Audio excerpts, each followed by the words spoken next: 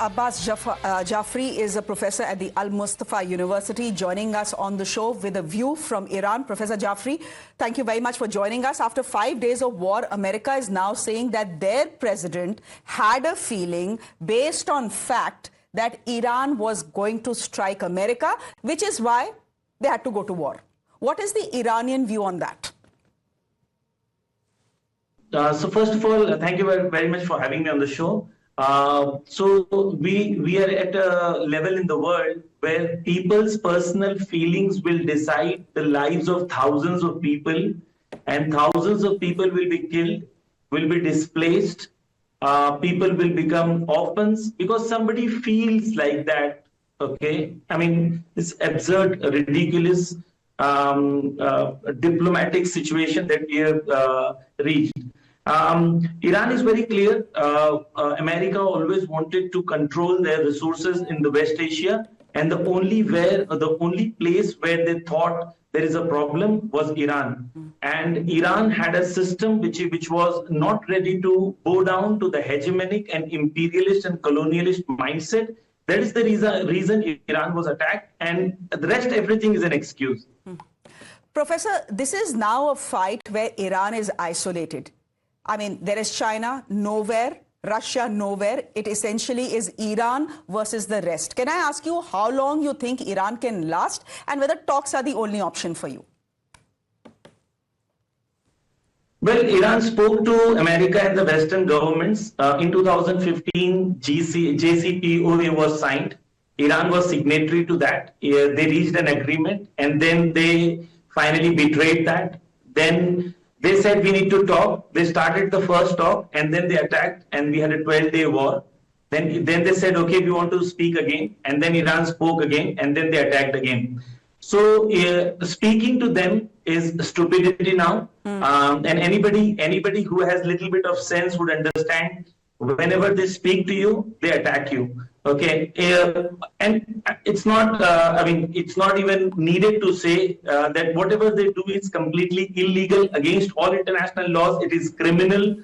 It is that mindset of that we are the superior race and we are here to dictate to you.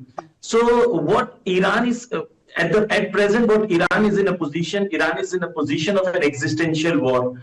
So if Iran says, okay, we'll talk again, that means after a few months they'll come and they'll attack again. Okay, so Iran wants to put things into place, put things into order, and Iran wants the West to get into a position that they never ever dare again to attack Iran.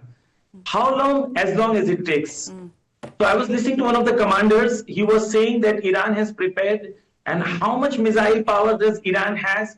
He says approximately 15 years, if we fire daily 100 missiles, our stockpile will not end. And this is only what we will not reproduce again. Okay. So Iran has prepared for this war, not since now, since last 20 years. So there are missile cities inside Iran. And Iran has proven in the first 5 days, Iran has been able to hit American bases, which has never happened. You would know that after World War II, or maybe 1941, Japan was the only country that was able to hit Pearl Harbor. And the result was that America used a nuclear weapon against Japan. Now, Iran has been able to hit 9 different American bases in the West Asia. No country has ever done that. Yesterday, the senators in America, they said when we were briefed about the classified information, we were shocked that we are entering into a war which will lead to many American deaths, and we have no clarity of the end goal, and it will only result into the death of American soldiers. Okay. That is what the American senators are saying. So this is an Israeli war, which was pushed by the Epstein gang. We don't know what are the scenes behind Trump and Epstein and what Mossad has trapped Trump into. This is an Epstein war against a sovereign nation. Okay. Ayatollah Khamenei was your supreme leader. His successor, of course, is yet to be picked. Reports are saying it could be his second son. Are you not naming him simply because the Americans have already warned that whoever is named will be killed next? Well, first of all, people do not understand Iran and people do not understand the Shia ideology. We don't fear death. That we love Imam Hussein, we love Karbala. If you're on the cause of truth and justice, it is better to die on your feet rather than to bow down to a tyrant. That is an ideology of Iran. Secondly, people do not understand Iran, so they create premises in their own mind, and they answer to those premises. The premises itself is wrong. So in Iran, there is a constitution for selecting the supreme leader, and it is very simple. People elect 86 scholars. People elect. So it's an election where people elect 86 assembly experts, and those 86 then select a supreme leader. So it's a process, but till then there is also a constitutional place where three people, one faqih and one chief justice and one the president, they run a temporary council. So if Ayatollah, for example, if Mustafa Khamenei was supposed to be made, or if he's supposed to be made, because in Iran, it's not nepotism. So, for example, when Imam Khomeini was the leader, his son was alive and he was a mujtahid. He was not made the supreme leader of Iran. His name was Ahmad Khomeini. It is based on the qualities and the characteristics that the ulama and the assembly of experts will go through that. And if they decide anybody to be the next supreme leader, that council will decide it. So the rest of that is good for clickbait and, creating sensationalism. He's the temporary supreme leader and so on and so forth. That is for the sensationalism, that is good. In reality, it has got nothing to do with what is happening on the ground. Sir, after 6 days, India has offered condolences on the death of the supreme leader, your supreme leader. Our foreign minister has spoken to yours.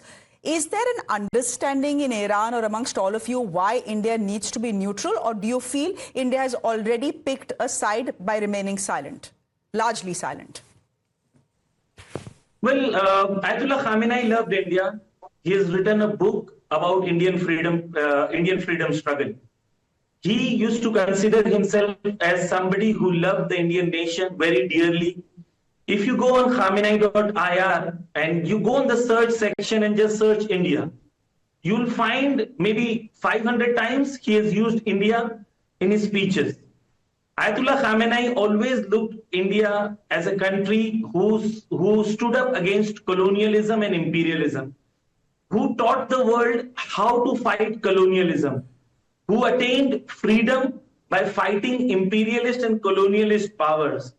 So the reality of India and the fabric of real India is always to stand up against oppression and stand up against colonialism and imperialism. That is the real India. That is what Mahatma Gandhi brought about the revolution for. India, after it became independent, India was one of the initiators of NAM, that is non-aligned movement. More than 90 countries later on joined the NAM, and India was one of the countries who led the NAM. So globally, India was expected to take moral stand, because we were a country who fought against imperialism.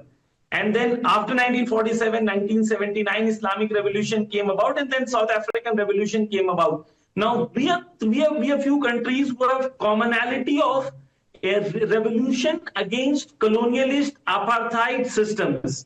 Okay, so naturally, Iran looks to India as a country who follows the path of Mahatma Gandhi and who follows the path of anti-colonialism and anti-imperialism. Unfortunately, recently, India, what has happened recently, I was live on a show yesterday as well. The Sri Lankan minister was there with me. You look at American hooliganism, rowdyism, they come into an international water. The ship that had come to India, it was a friendly ship. We had a friendly common naval exercise with them. America, the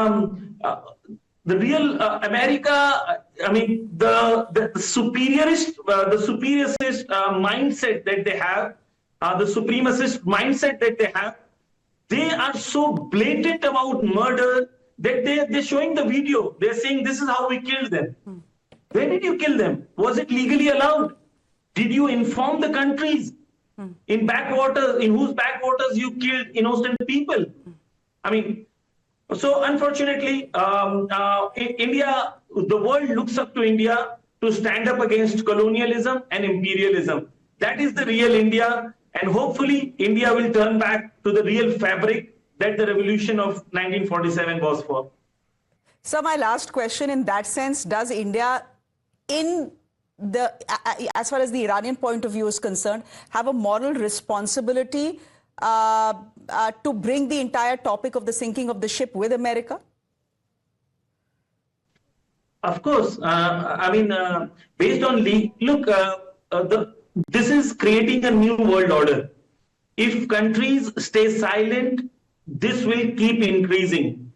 They will go to Venezuela, rob Maduro, kidnap him. They will go to Iran, kill Ayatollah Khamenei. They'll keep doing this to any country. They'll come to international water near Sri Lanka and India, hit the ship. What is the guarantee this is not going to happen tomorrow again to another country? If the world doesn't speak, Iran is fighting on behalf of everybody against this imperialist mindset, colonialist mindset, Epstein gang. It is Iran fighting on behalf of the entire world that we should not submit to this tyrant so easily. Okay, we'll leave it there for the moment. That is your point of view. That is one point of view in Iran. There's, of course, another point of view where there are people who are happy that a tyrant is gone, a tyrant who subjugated women to unspeakable horrors. We'll leave it there for the moment. Thank you very much for joining us with the Iranian point of view, Professor. On that note, I'm slipping into a quick break.